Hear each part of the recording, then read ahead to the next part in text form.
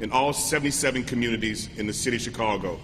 And with that, I'll introduce our mayor, Mayor Lori Lightfoot.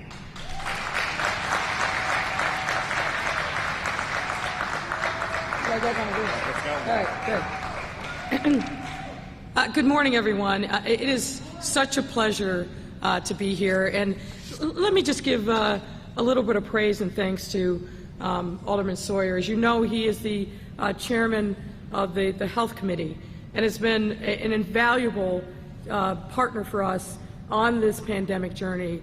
And as he was speaking, I was reminded of when we got our vaccinations, we got our first shot together, and he was so eloquent that day in talking about the responsibility that he felt as a black man to really step up and get vaccinated.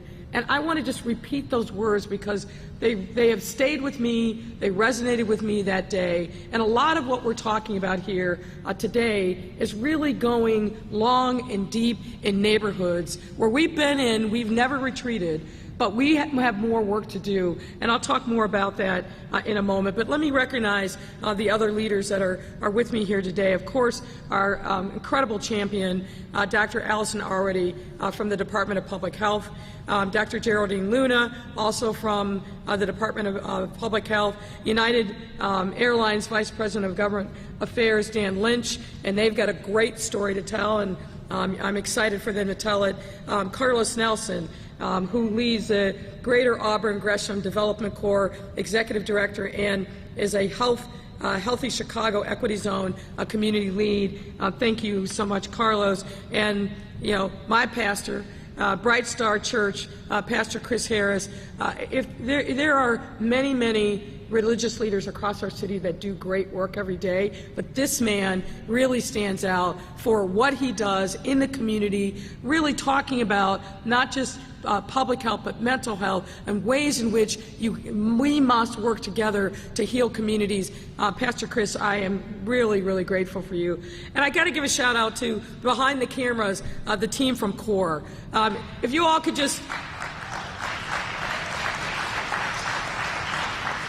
The CORE team has been with us almost from day one of this journey. We got introduced to CORE through Los Angeles, through the Reverend Jesse Jackson, talk with Sean Penn, who really started CORE as a result of the earthquake in Haiti now over 10 years ago, and they have been with us every step of the way, from education to testing and now vaccination, and really grateful for them. Got to give a shout out to Team Inglewood. They are fearless in everything that they do. Thank you all so much. It was exactly 11 months ago, on October 27, 2020, that Dr. Arwood and I joined the former commissioner of BACP, Rosa Escarena. We were looking at a very grim set of circumstances then. You'll remember that time was the beginning of the second major surge in COVID-19. Just when we felt like we were coming out of the woods, we started to see that uptick again. And at that time, our city was experiencing a lot of trauma, a lot of despair. And we just passed the highest daily case rate we've seen since the tail end of the pandemic's first wave back in May 2020. Because of what we were seeing in the data, myself, in partnership with Dr. Arwood and the business and community leaders, were forced to put businesses in curfew, as well as encourage residents to refrain from gathering more than 6 people in gatherings of any kind after 10 p.m.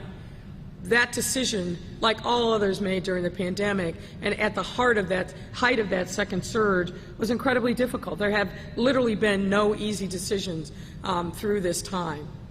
But we knew that it was absolutely necessary in order to protect the health and well-being of our residents, and that has been our #1 priority throughout the pandemic. The efficacy of these kinds of decisions, of course, is directly linked to our residents' willingness to follow public health guidance and to do their part to slow and stop the spread of the disease. And it's because so many of our residents did just that. They stepped up and did their part that we were able to make it out of that dreaded second wave. and open up our city. When we opened up on June 11th of this year, we were the largest big city to open in the country. And that is because of the following of the guidance, the sacrifice of so many that really made opening up possible. And that began our steps towards normalcy. Now, just shy of a year later, we have yet another opportunity to come together as a city and do our part to put this pandemic behind us once and for all. While we are incredibly lucky to have a safely reopened city and the ability to resume working, playing, and interacting with each other in ways that we weren't thinking would be possible, there's still more to do. There's still more that we must do. COVID-19 pandemic is still with us. It's still here. The Delta variant is still very present, and it is deadly. So we are not out of the woods by any stretch of the imagination. But that's why I'm proud to announce the launch of Protect Chicago 77. 77, of course, representing all of our community neighborhoods. Our latest initiative to vaccinate even more residents and turn the chapter on COVID-19. This citywide effort, and I want to emphasize, it is a citywide effort where we don't want to leave a single person who's eligible for a vaccine behind. This citywide effort, community engagement campaign, is unique in that it directly calls on and empowers all of us to take our shared responsibility in fighting this virus. Currently, more than 1.6 million, or that's about 72.4% of Chicagoans aged 12 and up, have received one dose of the COVID-19 vaccine. That is incredible progress, but it's not enough. And let me share some data with you why we know it's not enough and what the moment demands and the urgency that we have. There are zip codes in our city where the vaccination rates are 50% or less. 50% or less. If we do not make giant leaps forward there, every unvaccinated person in those zip codes is at extreme risk. And let me drill down on that a little bit more. Right now in Chicago, if you are unvaccinated, on average, you are looking at 15 times the possibility that you may die from COVID-19 than somebody who's vaccinated. That's the average. And let me break it down a little further. That number increases exponentially if you are Black and Latinx between the ages of 50 and 60. Let me tell you, if you fall in that category, Black, Latinx, 50, 60, the probability of death from COVID-19 if you're unvaccinated is approximately 50%. 50%. Now, folks, if that doesn't take your breath away, if that doesn't make you have a sense of urgency about getting the vaccine, I don't know what will. And there's a lot of young people in the room, and I just want to make sure I'm talking to you too, because folks, if you are Black and Latinx between the ages of 18 and 39, you also are at risk, and your vaccination rates are painfully, painfully low. So what we must be about is making sure that we change the trajectory of these numbers. I don't want people playing with their lives. And that's what I feel like when I see these numbers every week. So this has to be all in. And as Chairman Sawyer said, if you don't see the necessity of doing this for yourself, and I hope you do it for somebody who you love, who depends upon you, whose presence, your presence in their life makes a meaningful difference. What we're seeing showing up in hospitals across the city are not people who are sick who have been vaccinated. We're seeing people who are showing up in hospitals, going into ICU, and being ventilated who are unvaccinated. 97% of the people who are showing up and having lengthy stays in the hospital because they're getting sick are the unvaccinated. Now, if I haven't drilled this enough, I'm going to keep talking about it, and that's what this campaign, frankly, is about. So we are launching Protect Chicago 77 to make sure that we emphasize the fact that we're not out of the wood, that we have more work to do, and that we are committed as a city to make sure that everybody gets vaccinated and nobody is left behind.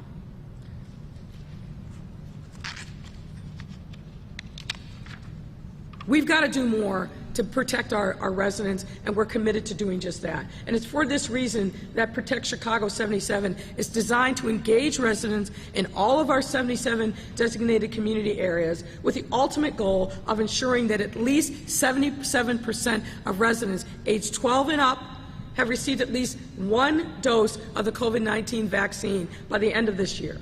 One dose. I think that's a modest goal. A modest goal. I'd like to see everybody fully vaccinated by the end of the year, but I'm going to settle for one dose. Now, to reach this goal, the city will not only work with community leaders, as the folks that you're going to hear from today, to identify key action steps that residents, businesses, organizations, and healthcare providers can take. One thing that we have learned well through this work is that it's not one size fits all. We've got to customize and tailor our approach depending on the circumstances, depending on the community need, and we hear that from stakeholders that we are engaged with on a regular basis, and we want to adapt accordingly. So we are going to be very flexible to make sure that we're bringing community-specific interventions and resources to get the job done. We're going to offer a variety of resources, including videos, tips on how to have that conversation with somebody who isn't vaccinated, so that we can give you that tool. And if you go to chicago.gov/COVID-Vax, you will be able to find weekly updates on our progress, because we're going to measure ourselves and hold ourselves accountable to push forward and break through.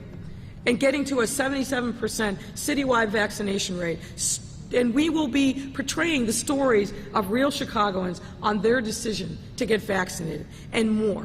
So there's going to be a wealth of information that will be available. We'll be updating that as close to real time as possible, but we want people to know that there is a resource out there.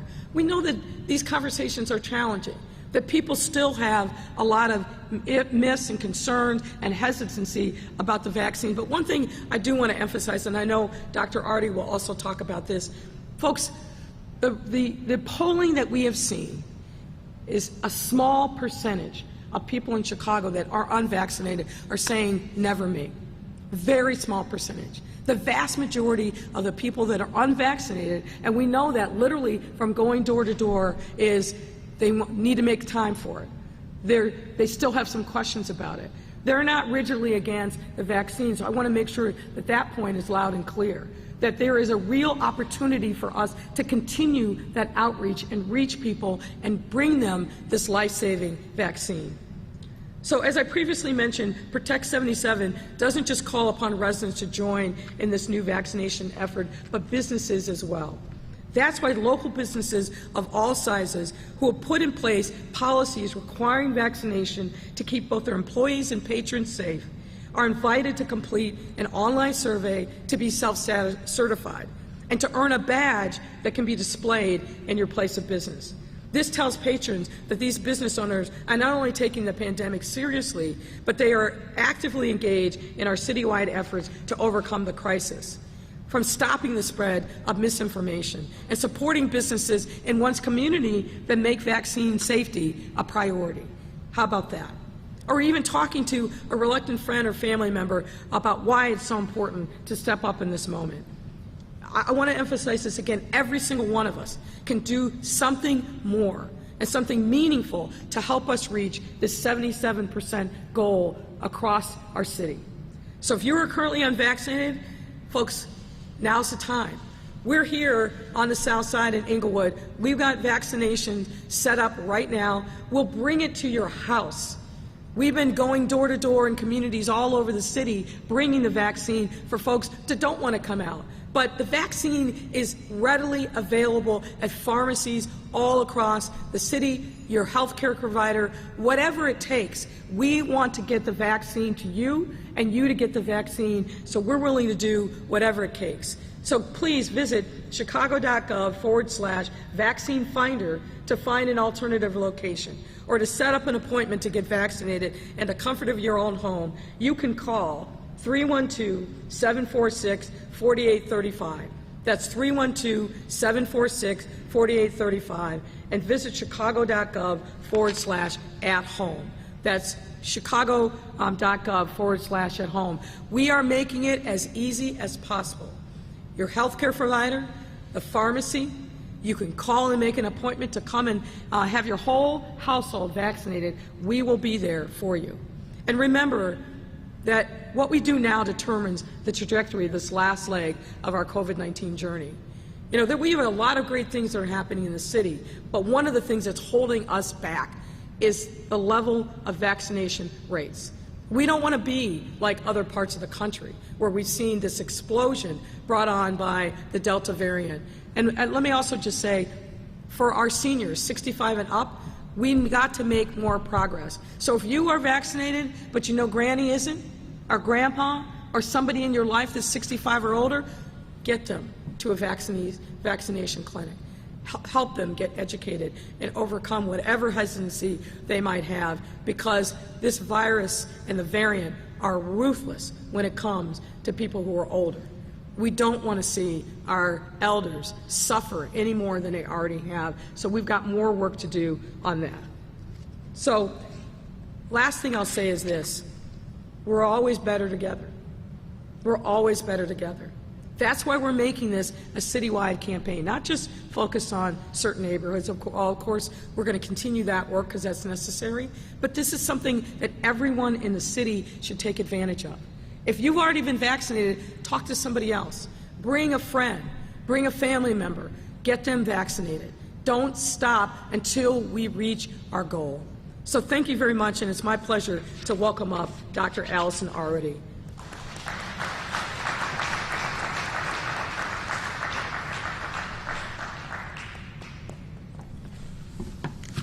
Thank you, Mayor, and thank you, everybody, for being here. We have been making really good progress in Chicago against COVID, and that is thanks to the way our 77 communities have stepped up. The community organizations within them, the business leaders within them, the faith leaders within them, the individual Chicagoans who have said, it's not just enough for me to get vaccinated, I'm also going to take that next step and find someone who isn't, have a conversation about it, and move my neighborhood forward. We all are very used to talking about our 77 communities in Chicago. Neighborhoods are one of our real strengths. There is a lot of cohesion built up within these neighborhoods and amazing resilience within them. The reason we have tagged 77% as a goal here is not that 77% is a magical number in terms of hitting herd immunity, but it reflects those 77 communities, and it's getting there. When we can get to a point where more than 3/4 across Chicago have gotten at least that first dose of vaccine by the end of the year, and as you heard the mayor say, our stretch goal would be that we hit at least 77% for fully vaccinated both doses, we will have made amazing progress, and we will be standing above most of the rest of the country. Already here in Chicago and in Cook County, we are the third most vaccinated county of the 97 counties in Illinois, following only Lake and DuPage counties. And I'm more proud, though, that we are doing everything we can here in Chicago to not just hit an average benchmark, but to make sure every community is part of that progress. So just in the last week, we hit an amazing milestone here in Chicago. Every zip code now, the majority, at least 50% of eligible Chicagoans, meaning those over the age of 12, have gotten a first dose of vaccine. Applaud for that, please. And I can't tell you enough how much that is not true in many places. Where we look at places that are having major surges with COVID, we see zip codes that are 20% vaccinated, 30% vaccinated, and some of that includes right here in Illinois. So yes, we're hitting 77% as a city if I have anything to do with it, and if our partners in the room and across the city have anything to do with it. But also, we are moving every one of those 77 communities. And we passed out to the media, and I'll encourage people to go on our website. You know I love data. chi.gov/COVID- does have zip code level data related to how we're doing on each zip code, and every single week you can see what was the improvement. But even within zip codes, there can be some variation within communities. And so we passed out to the media, and we'll be making available and updating weekly the community level statistics. And I would like every Chicagoan in all communities to know your numbers, because we are not done in any community in Chicago. And every person who gets vaccinated, no matter where you are, pushes our city toward that 77% goal. We're standing here in Englewood today. We're going to hear in a moment from Carlos Nelson, who leads the Greater Auburn Gresham Development Corporation. We also have Teamwork Englewood here in the room. And GAGDC and Teamwork Englewood are examples of real standouts here in the city. Greater Auburn Gresham Development Corporation is the lead organization for the Healthy Chicago Equity Zone. As a reminder, the city has been divided into 6 zones. Every neighborhood is in a zone because every part of the city has neighborhoods and groups to work on. And then in addition to the regional leads here in near South, it's GAGDC, in turn, the city is funding those, and then they are funding community-based organizations in every single community. So here, Teamwork Englewood is getting it done. I want to thank the Salvation Army. This is a site that, repeatedly has been a very good site, double digits, when we're standing up pop-up vaccines. And Teamwork Englewood, for example, they're doing a pop-up, I know, just down the street at St. Bernard's later today. But the important work here is the fact that these are trusted voices and organizations from inside each community. Because we have learned it is not enough to be efficient, and it is not enough just to talk about equity. It is about putting the resources into communities to drive the goals of those communities. And I would like to point out that Englewood, which when we ran this last week, 50.9% had gotten at least a first dose, so the majority have gotten at least a first dose. Cheers for that. But also, look at the percent increase from the previous week, and you will see Englewood had the highest percent increase of any community area. 2.9% in a week. That is the kind of work we need, and that is what the results that we are seeing. I do not want you to give up hope about vaccinating people in Chicago. This conversation has been polarized in a lot of ways at the national level. We're lucky here in Chicago that, as you heard the mayor say, there are a small number of Chicagoans who have said, you know what, I'm not doing it unless perhaps I'm required to by my workplace, by my school. But there is a much larger group, more than twice as many here in Chicago when we poll, who say, I'm still thinking about it. I still have questions, or I just haven't gotten it done. And it is the neighborhoods that have the furthest to grow that will help us the most meet that 77%. And it is not enough. It's not just about doing the right thing. This is how we control this disease. From an epidemiologic perspective, it does no good to have half the city 90% vaccinated and half the city 30% vaccinated. That doesn't get us past COVID. Getting every neighborhood done is what does it. And so we're going to hear from business partners, as development partners, and faith partners. And over the next few weeks, you'll be hearing additional things that we're doing in each of these spaces. I want to finish just by stating that we've been funding through DCASE a number of artists who are based here in Chicago and have been creating art about vaccine, again, reflecting communities. And I saw one last night, we actually posted it on our Facebook page, that had done a play. It showed the Chicago Star, and it was alternating between 2 words, immunity and community. and emphasizing the root. Immunity, community is the word unity. We get past COVID as a city by being unified on this and by having all Chicagoans take that 77 pledge. I'll get vaccinated, and that's not enough. I'll go beyond, I'll reach out. We'll have resources available with videos to help you have those difficult conversations. We'll have some focus on seniors, we'll have some focus on youth, but I do not want you thinking we are done vaccinating here in Chicago, because this is how we are going to get through the winter. We're not done with COVID. I wish we were, but boy, have we gotten through Delta so far better than just about anywhere else in the country, and that is due to the work of these community groups here on the ground and the unified approach that we have taken.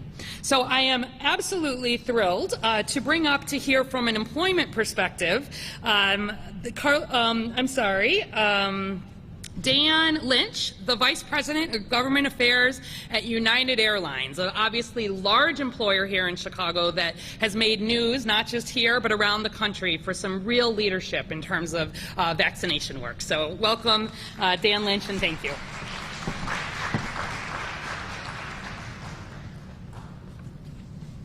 Good morning. Thank you, Dr. Arwood, Alderman Sawyer. I also want to thank Mayor Lightfoot for your leadership throughout this pandemic and for the opportunity to join you here today to share the industry-leading approach that United has taken to take care of our customers and our broader United family. I'd also like to thank the doctors, community leaders, faith leaders who are here today for everything that they've done to keep Chicagoans safe during this pandemic. Since day one of the pandemic, United's employees have been on the front lines at our airports and aboard our aircraft, both here in Chicago and across the globe. And in turn, United and its employees have taken a leadership role in the pandemic recovery. United was the first airline to mandate masks for our employees and to introduce customer COVID testing and contact tracing. United has transported millions of pounds of vital medical supplies, from PPE to oxygen canisters, and has shipped tens of millions of doses of the COVID vaccines across the world, with the very first shipment arriving here at Chicago's O'Hare Airport many months ago. Throughout this time, United has been direct and candid with our employees and our customers about the steps we're taking to keep people safe. Over the last 9 months, we've learned a lot about this disease, including how vaccines by far are the most effective way to protect people from COVID-19. That's why at the start of this year, United announced that we intended to require vaccines for all our employees when the time was right, because it was the right thing to do. As Chicago's hometown airline, safety is United's top priority. The pandemic has placed an even greater sense of urgency on protecting the health and well-being of the people that work for United. When United announced our U.S. employee vaccination policy just a few weeks ago on August 6th, we made clear that we were making that announcement for one reason: to keep our people and our customers safe. I'm proud to announce that as of yesterday, 97% of United's U.S.-based employees are now vaccinated. Alderman Sawyer, that includes dozens of United employees right here in the 6th Ward and thousands of other employees across the city of Chicago. While we continue to be encouraged by the outpouring of support and appreciation we receive from our employees, we recognize the decision to get vaccinated has been difficult for some. But we also know that everyone is safer when everyone is vaccinated. Mayor Lightfoot, we commend you for launching the Protect Chicago 77 campaign. You have United's commitment to do everything we can to get Chicagoans vaccinated, and we encourage other business leaders to join in and support the cause. Thank you again for the time, and now it's my pleasure to introduce Carlos Nelson from the Greater Auburn Gresham Development Corporation.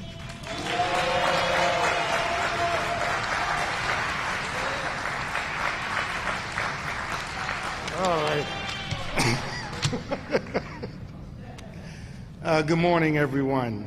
I want to echo something that Dan said, and I just really want to show my appreciation to Mayor Lightfoot, not just her leadership as it relates to COVID crisis response and now recovery, but her focus on economic development on South and West Side communities through the Invest Southwest initiative.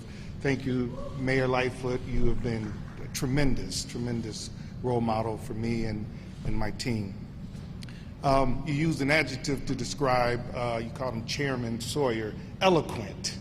I would also add the adjective of passionate, as Alderman Sawyer, I'll just call him Brother Rod because she's my brother, has had a lifelong passion to really rebuilding his community in the city of Chicago. So thank you, Alderman Sawyer, Brother Rod, Chairman, what other? Right, my birthday twin as well. And Dr. Arwood, I mean, daily, weekly, you know, your presence has been really a steadying force here around the city. And you used the word trust, which I think is so appropriate today. So welcome to Inglewood and the Near South Healthy Chicago Equity Zone. My name is Carlos Nelson, and I'm the CEO of Greater Auburn Gresham Development Corporation. And as an inaugural member of Mayor Lightfoot's seminal Racial Equity Rapid Response Team, Greater Auburn Gresham Development Corporation has been at the forefront of combating the pandemic in our Southside communities. Historically, as most of you know, our communities have been systematically deprived of resources, deprived of investment, and deprived of access to a host of social determinants of health factors. And we saw how COVID has ravaged our communities because of these long-standing inequities. The Protect Chicago initiative, in parallel with CDPH's, in fact, I'd like to give a round of applause to the whole team at the Chicago Department of Public Health and this whole notion of vaccination movement. So the Protect Chicago initiative, 77 initiative, in parallel with CDPH's Healthy Chicago Equity Zone work, which is being led by community-based organizations and community leaders like those here today. It refocuses the decision-making. It builds on the trust as the elemental force, and it empowers our community. And so I would also like to take a moment and publicly acknowledge frontline workers like our COVID crisis response team and other community partners. I think we could do a little bit better than that. The kindness campaign. Yeah, come on.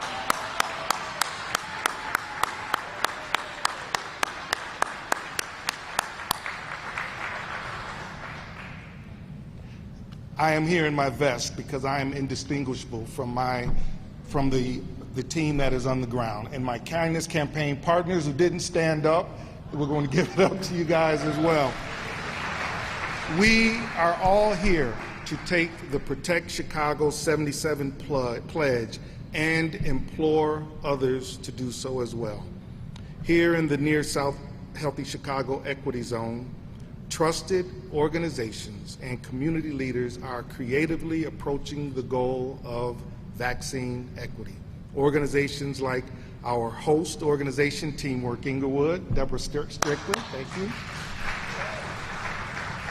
And I shouldn't have started with that, but I'm going to keep listing them. Centers for New Horizon is a partner. Greater Auburn Gresham Development Corporation, South Shore Works, Chicago Family Health Center, Project Hood, the Kindness Campaign, Bright Star Community Service Organization, whose dynamic leader, young and dynamic leader, well, he used to be young when we met, but you'll hear from shortly, and others. We are all educating residents, reducing barriers by launching local vaccination events, workshops, and incentives to help our city recover. We must continue to work together and trust in each other. So let's all take responsibility and make the Protect Chicago 77 pledge so that each and every one of us is doing our part. And with that, I would also like to bring up my pastor, that young dynamic leader from Bright Star Community Service Organization, Chris Harris.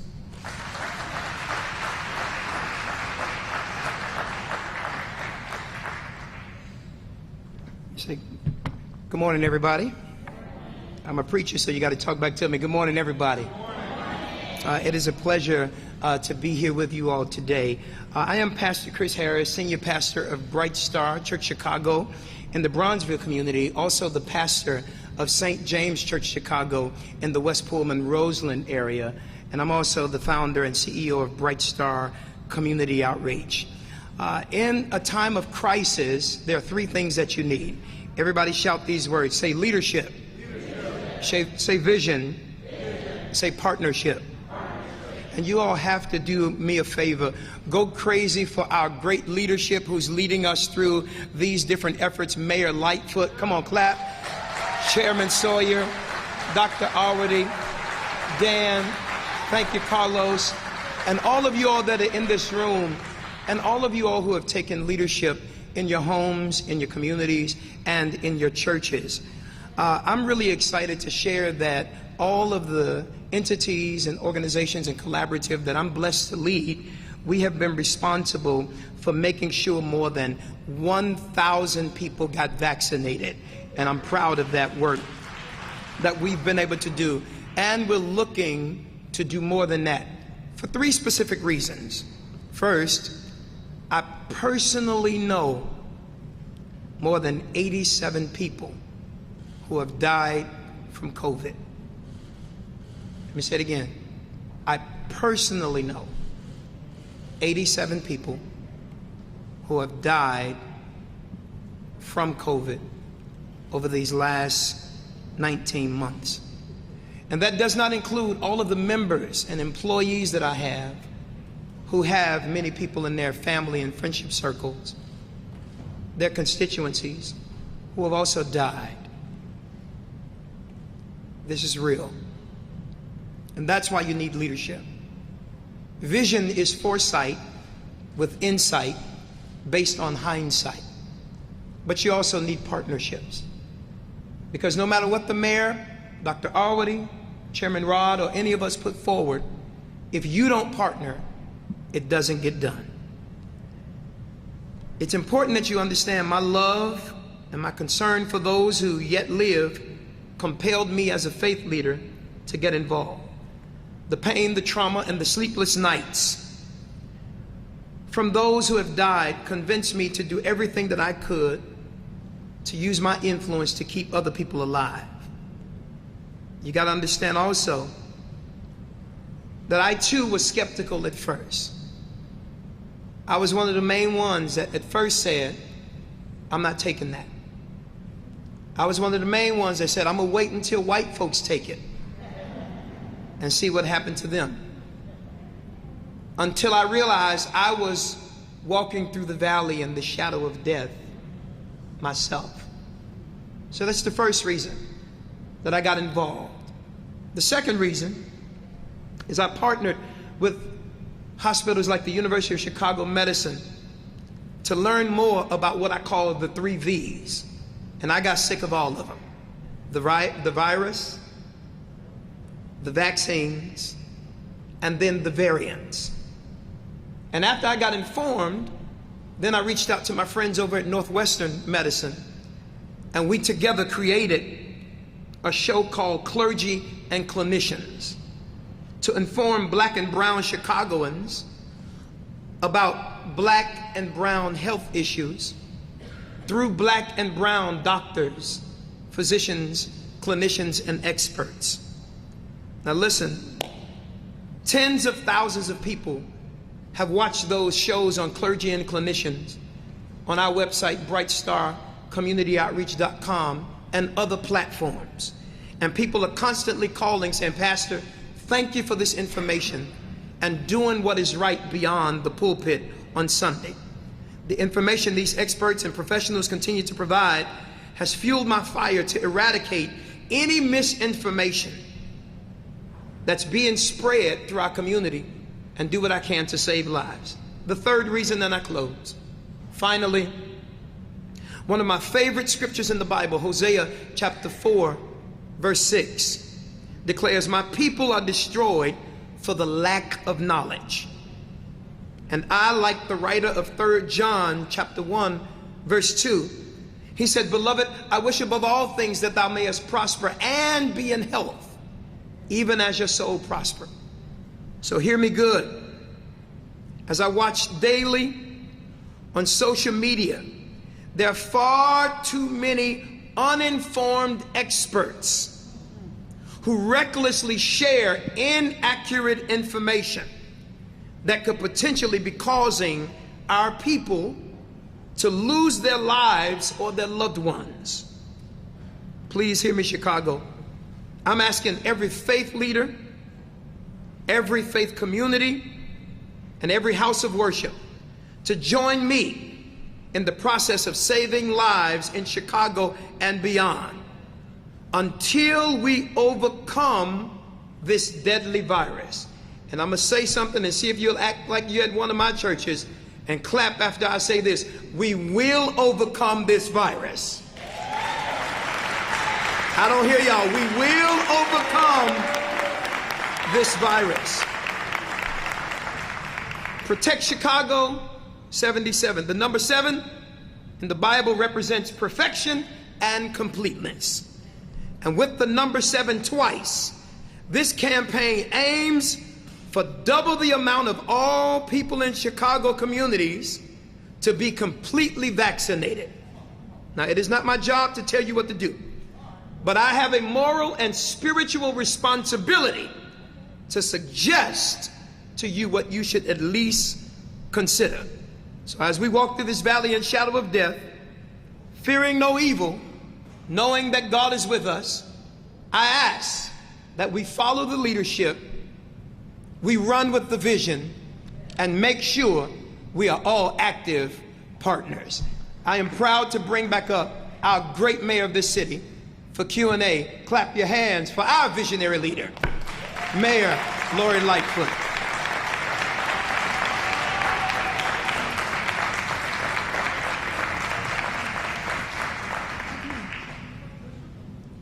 Now, normally when you end a church service, you say, "Are all hearts and minds on one?" And I have to tell you from Pastor Chris's comments, it lifted my spirits, and I hope it lifted all of yours. Happy to take questions. Thank you, Mayor. Members of the media, Alejandra Flores will be passing down the mic. Let's kick it off with Marianne here, Channel 5 on this side, your left side, Mayor. Thank you, Mayor. It's been announced that President Biden will visit Chicago next week. Vaccination efforts will be highlighted. You're still in talks with the unions, especially the FOP. Will testing remain an option for those city workers who will not be vaccinated?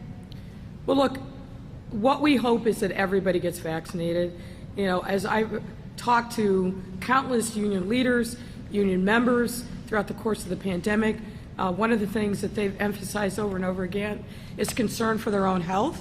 And the only way that we can really, truly maximize safety in the workplace is through vaccines. So our discussions continue, but I'm hoping that we are able to reach an agreement, but we have to move forward with making sure that vaccines are a condition of our employment, and I'm hopeful that we're going to be able to make progress. Now, the FOP is a different breed, as we all know, and I would just want to say to the members of the FOP, just this week we memorialized the stars of 4 police officers, all of whom died last year, all of whom died of COVID. The devastation of their families is profound. It is still real and raw. And so when I think about that, and I think about those 4 families that will forever be grieving because of the loss of their loved ones, their fathers and husbands, and people that they depended upon for strength and counsel, I just urge every single member of the Chicago Police Department to step up and do your part to protect yourself, protect your family, protect your community by getting fully vaccinated as quickly as possible. Could you refer to the presidential visit next week? Sure. We're just in early stages of those conversations, so I don't really have much to report at this point. The outreach began a few days ago. We're hoping that he actually will come, but as you know, world events and can lead things in a different direction. But the president's been very strong.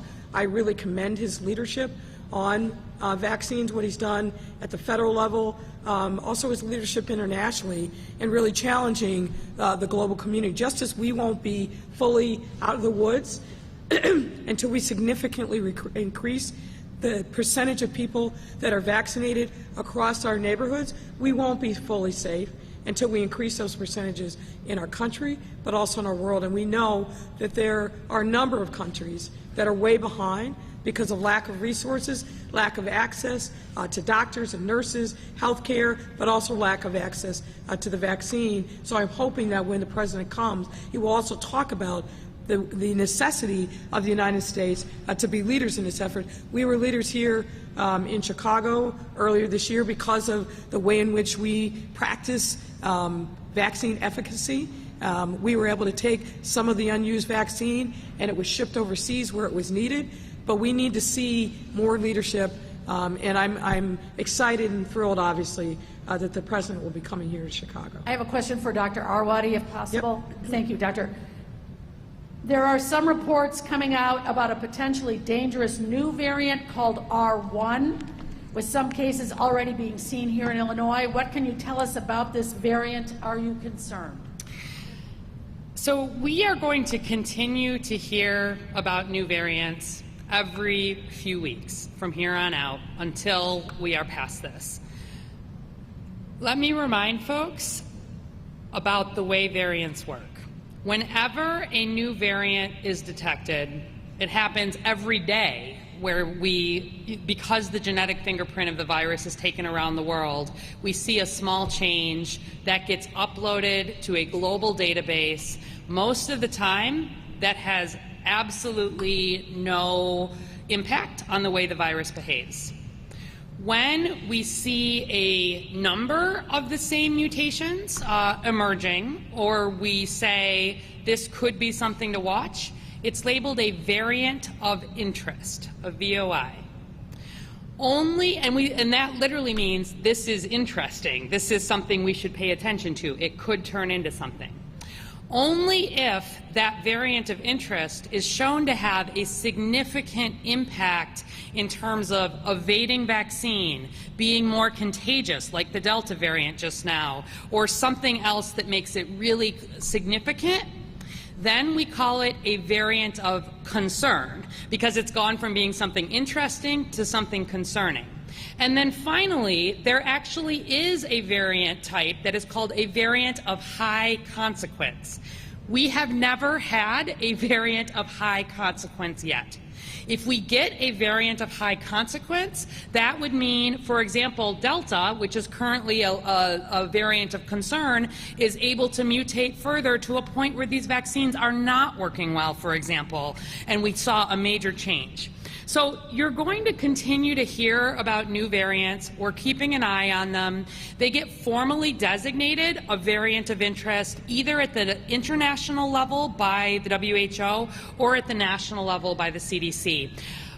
We don't pay a lot of attention until they at least get that variant of interest notification, and honestly, they don't have a major concern for us until they are formally labeled a variant of concern. So I would encourage everybody, as you hear about these variants, recognize that honestly, getting vaccinated is what gives the virus less opportunity to transmit and mutate. Every time the virus transmits to a new person, that is the opportunity for a mutation, a variant to emerge. So when we get vaccinated, not just as a city, but as a state, as a country, and as the world, we cut off that potential for variants. But I don't worry about a few cases of a new something. Please, I would encourage all of you, if you're interested, pay attention when it's a variant of interest. If it's a variant of concern, you'll be hearing about it because we may need to do things like masking and we'll probably see surges. And if it's a variant of high consequence, you won't miss that because we probably would need to do even more dramatic things. I don't want to see a variant of high consequence. I want the Delta variant to be our last variant of concern. I don't know we're going to get that lucky, but I'm not particularly worried at this point about the new ones and that we will continue to see emerge. Thank you, Dr. Eric Rung, WGN. One second before you ask the question. I noted as Dr. Arwood was talking that there's a lot of attention being paid, and rightfully so. This is a voice of truth, a voice where you can get actual facts. And I want to remind people that, that's right. I want to remind folks that the whole CDPH team has been working literally round the clock, tirelessly throughout the entire pandemic. But where you can get information, if you've got any question whatsoever, go to our website, cityofchicago.gov/COVID. There's a wealth of information on that website. It is updated on a daily basis. That's the place where you can go where you don't have any concern that am I getting the truth or not. And the other thing is Dr. Arwood is still doing her Facebook shows twice a week, Tuesdays and Thursdays. So the doctor is in Tuesdays and Thursdays if you've got specific questions or you just want to get updated on what the latest happenings are, please tune in there as well. Thank you. I was hoping the doctor could stay in for a moment. She can. Thank you. Doctor, the mayor had said that she would like you fully involved when it comes to CPS moving forward with safety protocols. Fully involved, what exactly does that mean? Because CPS has said that CDPH has been involved. So what areas will you be looking at specifically? Yeah, absolutely. So we recognize that Chicago Public Schools itself is the size of a not very small city, right, where you're talking about more than 300,000 people. And so while CDPH in its formal role, of course, is giving guidance and working with all of the schools across Chicago, obviously Chicago Public Schools we do work closely with. And as this school year has come back, and we've been so excited to see all those kids back, and really, for me, there's not a better sign of being able to be open and safe than having the kids back in school.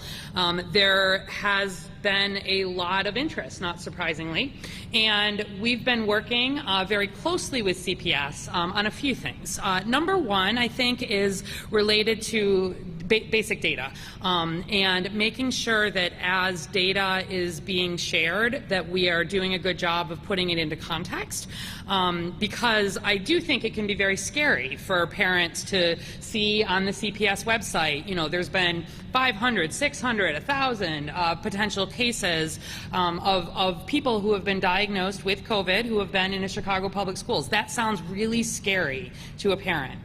What we are working with CPS to do is to help put those numbers into a little bit more context for our city, because when I hear a number like 500 or 1,000 even over almost 4 weeks of school, I know that does not mean 1 in 100 children are being diagnosed, which is a number that someone had suggested. It does not mean 1 in 1,000 children are being diagnosed. It does not even mean 1 in 10,000 children and staff are being diagnosed every day in Chicago. It's more in the range of 5, 6, 7, 8, maybe up to 10 right now per 100,000 students and staff in CPS have had that positive COVID test and then have potentially been in school and transmitting at that time. And so I cannot guarantee, there is no such thing as a completely no risk environment, but I think it's critical, and there actually is, I think, some work to do in terms of some of the communications around risk, as well as the many things that CPS has put in place and is ramping up further. So my team has been involved in everything from looking at the data and the website. We've been heavily involved with any situation that actually suggests transmission in school. Because remember, those 500, 1,000, whatever it might be cases are just people who were diagnosed with COVID and in a school building. It does not mean they caught COVID at school. Wherever we have any suggestion that there is a cluster, an outbreak, or signs of transmission within a school, we are very, very heavily involved. We've been working with their contact tracing team to make sure that things are moving as efficiently as they can. They're hiring some more staff to make sure we can quickly move on that. And I can tell you, since school started, how many schools are there? More than 500? We've got fewer than 10 situations that we think may have even suggested transmission within school. These are not major outbreaks. The biggest one involves 4 people. They're 2 to 4. And even the 4-person one, 3 of those people were in an outside school, environment where they're getting together. So I think that it's important to put some of this in context. We've also been lending a lot of expertise in terms of working really closely with the CPS team around standardizing and trying to tighten a little bit some of the interviewing work so that we're just, when the numbers are high right now, making sure that resources are going out quickly. And then I think they've done so much of that hard work already. All of the work of investing millions in the physical infrastructure, in the air, having the industrial hygienists in all the spaces. They've obviously got the masks in place. There's been work around, are there other distancing things that they can do to help cut down on quarantine? And then as they've been ramping up testing, of course, we've been saying we really want to see this across the system, and that is their plan. I know they were in at least 160 schools doing that surveillance testing last week. I think they're going to be in more than 300 by the end of this week, and that's good. But there's just a lot to do, and we are very happy to help with the comms, with the data, with the operations, and then frankly with vaccine. We see schools as an important place where children with parental and guardian consent can get vaccinated. So there's a whole range. My whole team is working on it. Just to put it maybe a little simpler, are you concentrating mostly on just the data then? Because that's what it sounds like, and just putting things into context. No. I started with the data because I think that, when I do my Facebook Lives, when I see the letters people are writing me, I know that there are a lot of people who see numbers in the hundreds and are worried. So I was using that opportunity to also just help people who are watching this put those numbers into perspective.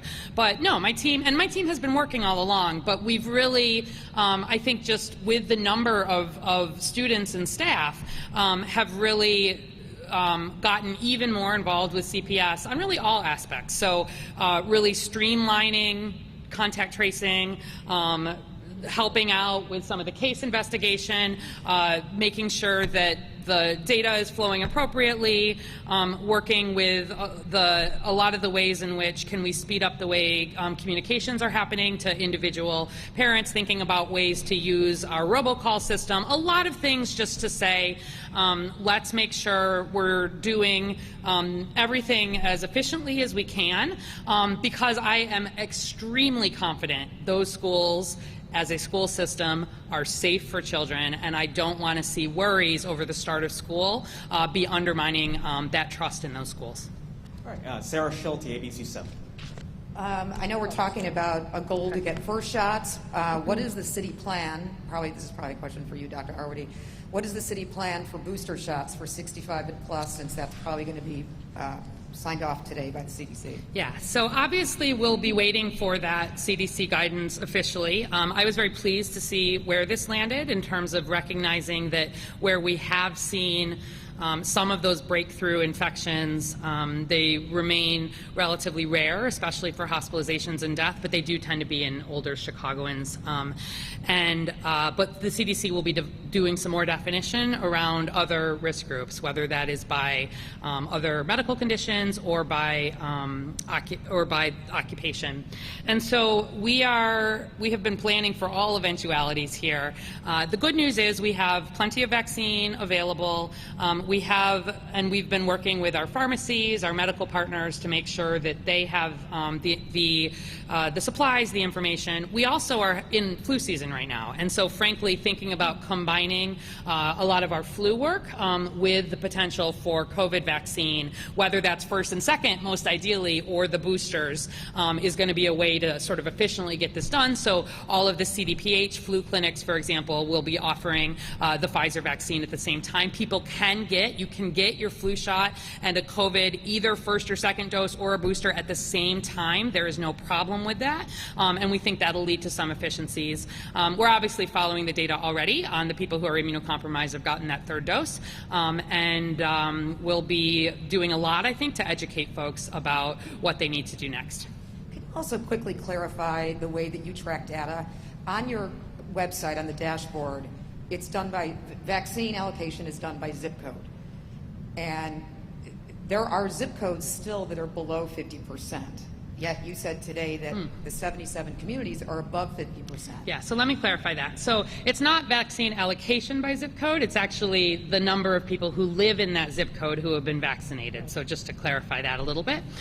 So if you go to the website, it defaults to all Chicagoans, not to those 12 plus. You actually have to click to get to those who are actually eligible for vaccination right now. And I've asked the team to potentially flip that, just given some of these goals.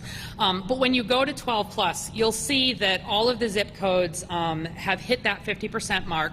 There are a few right around the edges, 60633 in the bottom right, and a couple more that we share the zip code with Cook County. And so that can sometimes be a little confusing because we technically have the responsibility for the Chicago residents and vice versa.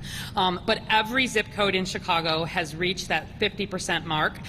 Community areas are smaller than zip codes, and so one of the reasons we distributed that community level data is that there are some community areas still where we need to still get to that 50% mark, and we will absolutely do that.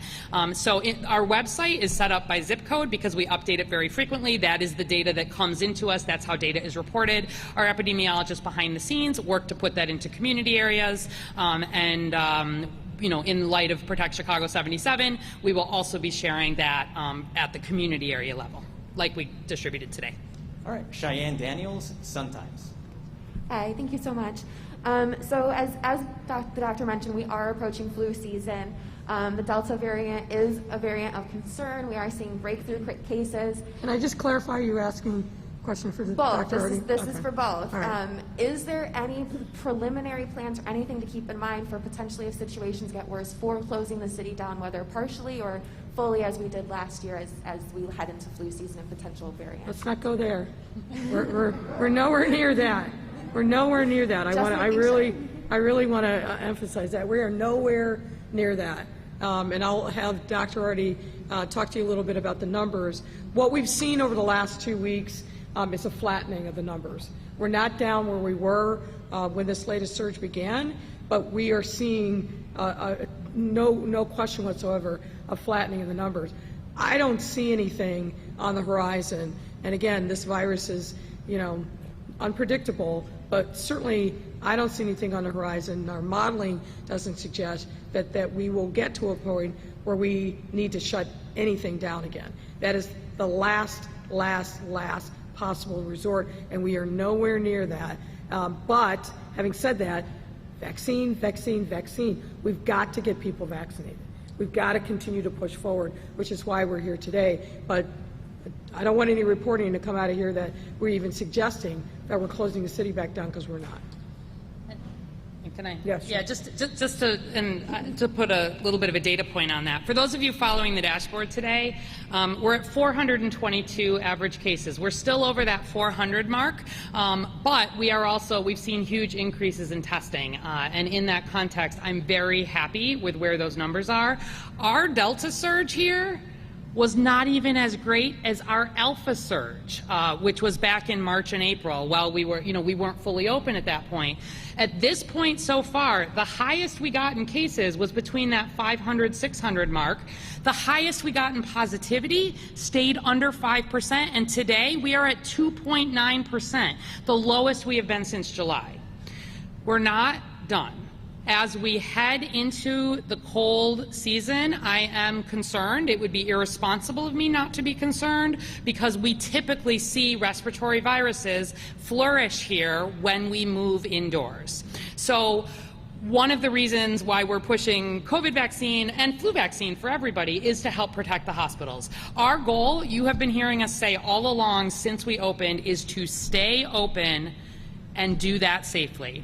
The things that, for me, could change that conversation would be if we really saw things get very out of control to a point where we were threatening our healthcare system. We have seen around the country that is not just a theoretical, it has happened with the Delta surge, and we start to see that in serious ways. You all know that matrix we follow, like those are real numbers that we follow, and when we see us start to move into those higher risk, that's when we did things like put the masks on. These are based on doing everything we can to stay open. The other thing is if we were to see a variant of high consequence emerge to a point where our vaccines really were not working and we had to potentially, heaven forbid, start over with vaccinating everybody, that could be a setting. But our intention, please, is to not have to do this. We've had enough indirect effects of COVID, and the vaccine is the most important tool that helps us stay open as a city, and trust me, that is everybody's goal.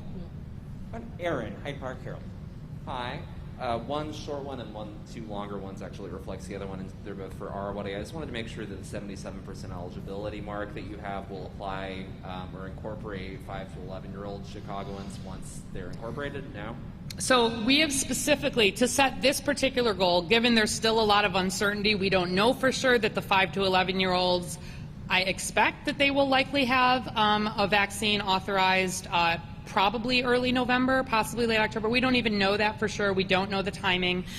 So the goal that we've set, this 77%, is the city goal for at least first doses. And as you heard us say, the stretch goal would be the double doses at 77%. We're over 70% right now, but for 12 and up, yes, thank you.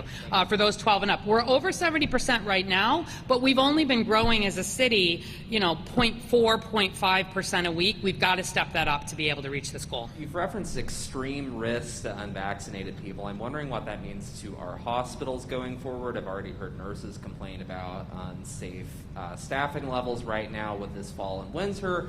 With so many unvaccinated people, I saw a couple of weeks ago that we were already at 80% ICU capacity, which I think would previously have put in state restrictions. Yeah, so let me put that in some context.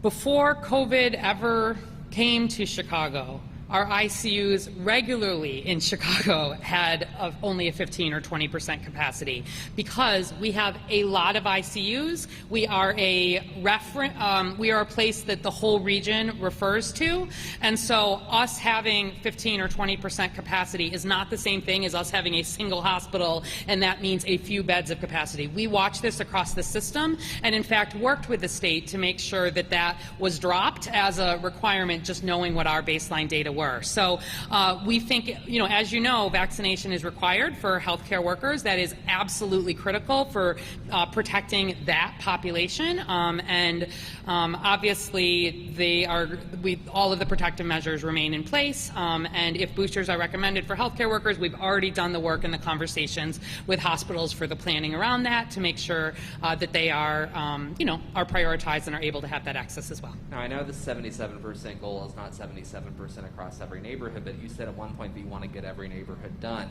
A lot of the neighborhoods in my coverage area or outside of my coverage area have 30% away from the 77% goal. Neighborhoods like Washington Park and Woodlawn. How is this going to be accomplished? We're only seeing 5% greater vaccine uptake week to week. Yeah. So 77% is our citywide goal. That is a bit of a stretch itself, to be honest. If you look at where the country is, if you look at how much harder we're working at this point for every vaccine. The point that we're trying to make is that in the community areas that have the biggest room to go, those are the ones with the most opportunity. Like here in Englewood, made the biggest progress in the prior week. I love that. It's the places where we see that biggest growth are doing the most to protect our whole city. But there is no community area that's done, especially when you look at our oldest group. I mean, if you've been following this, we're not as vaccinated as we need to be, especially for those over 80, and I continue to worry about that. So we've elected to set, and you've probably seen each week, we celebrate when we see zips or community areas hit that 50% mark, hit that 60% mark, hit that 70% mark, hit that 80% mark, and we had our first 2 zip codes outside the north side this week hit that 80% mark. We had one on the northwest side and one on the southwest side, 2 of the communities hardest hit by COVID all along here. So I don't want this to be a competition between neighborhoods. I want this to be a recognition that every single neighborhood has room to grow here, but the neighborhoods with the biggest room to grow are also the biggest opportunity. All right, Dame Flagel, Fox. Yeah, Mayor, I was wondering if you could talk a little bit just about the mechanics of rolling out this new public relations campaign. Yeah. How are you planning to get the message out, especially at a time where there's already so much noise around the subject of vaccinations? That's a great point. Look, a couple of things. Obviously, making this big announcement today with myself and Dr. Arwood really leading this initiative. We're going to be leaning into our community health equity partners like the Greater Auburn Gresham Development Corporation. As Dr. already said, we've divided the city up into 6 zones. There's a lead in each zone, but then within each zone, there's a bunch of community organizations that have been working on a range of different health equity issues, particularly related to the pandemic. These are the folks that are on the ground, like Team Inglewood, like some of the other organizations that are here who really know their community and are literally walking the streets every day. So we've got to lean into those folks, provide them with a lot more resources, make sure that they have the tools that they need to have those challenging conversations. But that's really where a lot of the focus is going to be. We've been providing incentives to people to get vaccinated. We're going to continue to do that. But this citywide focus with a lot of attention and really getting individuals and businesses to take this pledge is really what this is going to be about. And we're going to be doing regular updates, Dr. Arwood and I and the larger team, to make sure that we're bringing attention and focus, and we need the help of the media as well, because this is the only way that we're going to truly be able to put COVID-19 behind us. So this isn't one and done. This is the start of a new chapter in our fight against COVID-19, and to really educate people about the absolute dire urgency of getting vaccinated. I put those statistics out. The average of 15 times more likely for unvaccinated people to die of COVID-19, 50 times more likely if you were Black and Latinx and 50 or 60 years old. The reason that we're emphasizing that is because we want to break through that noise. There is a tremendous amount of noise, and Pastor Chris said it, so much different disinformation that's out there. I urge everyone, go to a trusted source. The source I rely upon, that I urge everyone, is right here. Dr. Arwood, CDPH, chicago.gov/COVID, all the information that you're going to need, all the myth busting that's out there. There's so many myths that are out there, and we are regularly going into community at the grassroots level, at the block level, and trying to disabuse people of their concerns and really take the time with them one-on-one to talk about their concerns, help educate them, and literally going door to door, bringing the vaccine to them. One of the most successful programs that we've had of the last, this latest stage of our COVID work is going into homes and bringing the vaccine. Anything that we need to do to get people vaccinated, we're ready, willing, and able to do that. All right, Amy Jacobson, WIND, last report of the day. Hi, I have 3 questions, and I'll try and make it quick. I think this question will probably be for you, Dr. Arwood. How did you guys come up with 77? Why not? What's the science and data behind that, or is it a play on the fact that we have 77 communities? Yeah, it's a play on the fact that we have 77 communities. As you know, there was a national goal for 70%, and we are past that. But I felt like this was a goal that was a stretch for us, but still one that with a lot of attention we would hopefully be able to meet. And having more than 3/4 is generally recognized as being in a pretty good place in terms of COVID. Look, I want this to be 80. I want this to be 85. I want this to be 90. But we were looking to set a goal that we felt like with a lot of extra attention in this last quarter of the year, we hopefully will be able to reach, and I would feel a whole lot more comfortable going into the winter like that. And can I just add very quickly on what the mayor said just now? Each week you're going to be hearing some more details in different areas. So for example, businesses will have the opportunity where they are requiring vaccination for their employees, or they are checking vaccination or testing for people who are coming in. There will be an opportunity to, if they are interested, certify, register, put something in the window, and then also there will be, for Chicagoans who want to support businesses doing this, there will be some opportunity to say, this is a restaurant I want to go to, this is a shop I want to go to. So that'll give you a flavor of it, but we see this as a campaign really over this next month with different focuses each week. All right, so we have 324 CPS kids who've tested positive for COVID. 10,000 are in quarantine.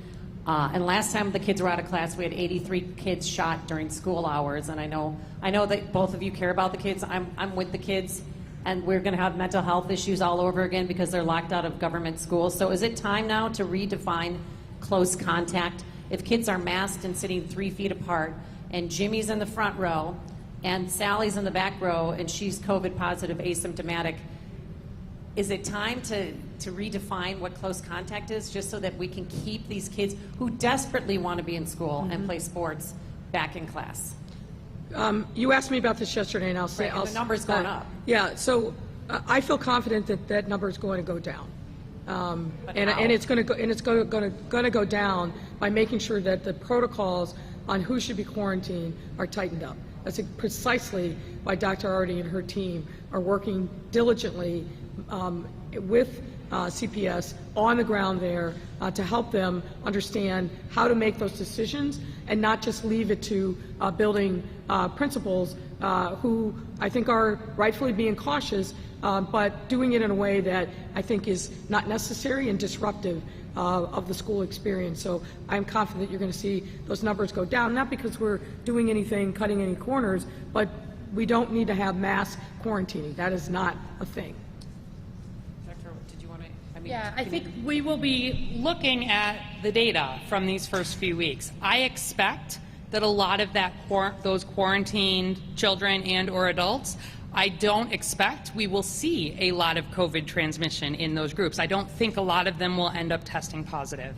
I think having that local data will hopefully help the various stakeholders feel confident that we can be in a place to do what many jurisdictions around the country, many school districts have already done in terms of of making sure that when we are doing that contact tracing, we are using a definition that is the least disruptive to school as possible. But I know that people want to see the data on this, and they want to see it locally. So we've seen around the country, often as schools have been in for a few weeks, and we see that, in fact, schools, as we've been saying all along, are not major sources of spread for COVID. We then have some local data to have that conversation with the stakeholders, and you know how I feel about this, really want to do everything we can to keep kids in school in a way that remains safe from COVID. So I think that will be something that continues to evolve over the next few weeks to months. And last question is for both of you. When the booster, when it comes time, because 6 months after your second shot, are you both going to be taking the booster shot? I'm going to follow the advice of my doctor on that, but I would expect that I would take the booster, yes. What about you, Dr. Arwood? So I'm not over 65, so we will be waiting to see what the CDC says specifically, and then once we have those formal recommendations, obviously we will be following those recommendations of the scientists. But I want to wait to see what's there, and the only thing I feel pretty confident is likely to be there is people over 65, who, when I look at the data, are the ones who will benefit the most from a booster shot. And leaving vaccine for people not yet vaccinated is critical, including around the world, and I think this is a very good place to start with that booster conversation. Thank you, Doctor. Thank you, Mayor. And to be clear, just one last thing, I'm not over 65 either. I'm not rushing it, but I'm expecting that the over 65 will be expanded to other categories, which might make it. But that's why you gotta consult with your healthcare physician. Let me just also say this. One of the other thing I think that we shouldn't miss about the schools. Part of the reason I'm confident is not only tightening the definition around and really being much more precise around case investigations, so we understand who the contact was with, helping those building principals and the staff at the schools do a better, and the folks that are doing the case investigation and the contact tracing do a better job. But also keep in mind, October 15 is the deadline for all adults in CPS to get vaccinated. So that number, I think, will also help drive down the number of cases that we're seeing as well. Thank you all. Because nobody is vaccinated.